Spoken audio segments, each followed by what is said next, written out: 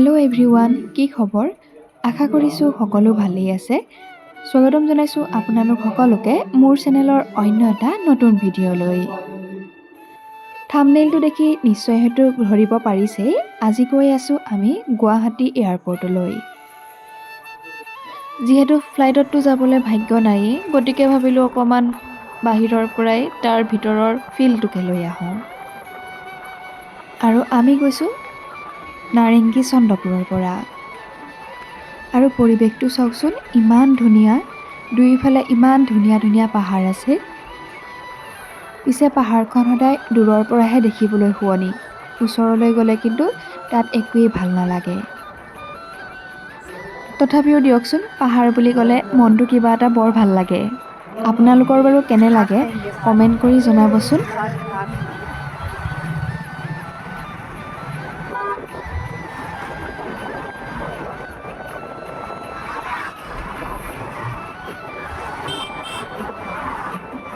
আৰু এয়া আমি আহি পালোহি গুৱাহাটী এয়াৰপৰ্টৰ ৰাস্তা।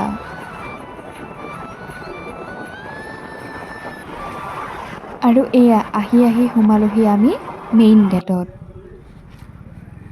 এইখন হৈছে অইল ইণ্ডিয়াৰ গেট। পিছে আপোনালোকে বাৰু জানেনে, লোকপ্ৰিয় গোপীনাথ বৰদলৈ আন্তঃৰাষ্ট্ৰীয় বিমানবন্দৰটো কিমান চনত স্থাপিত হৈছিল?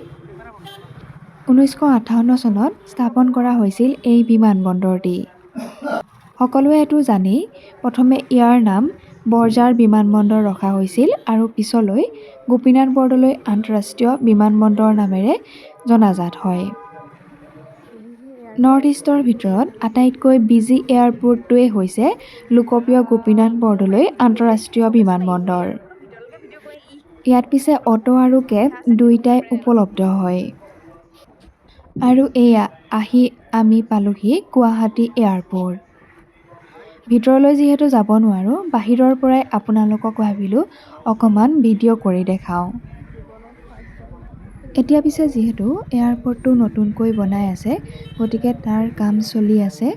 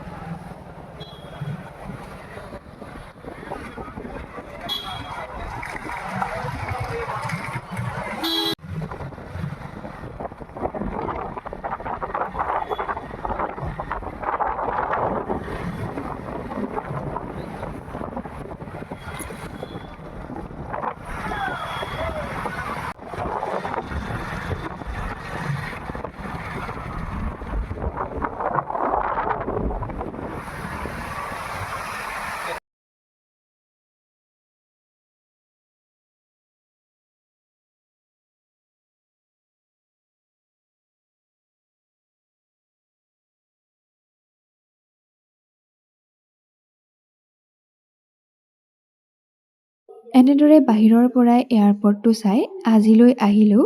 ভিডিঅ'টি চাই বাৰু কেনে পালে কমেণ্ট বক্সত কমেণ্ট কৰি জনাবচোন। লগতে আমাৰ চেনেলটো প্লিজ ছাবস্ক্ৰাইব কৰি ল'ব।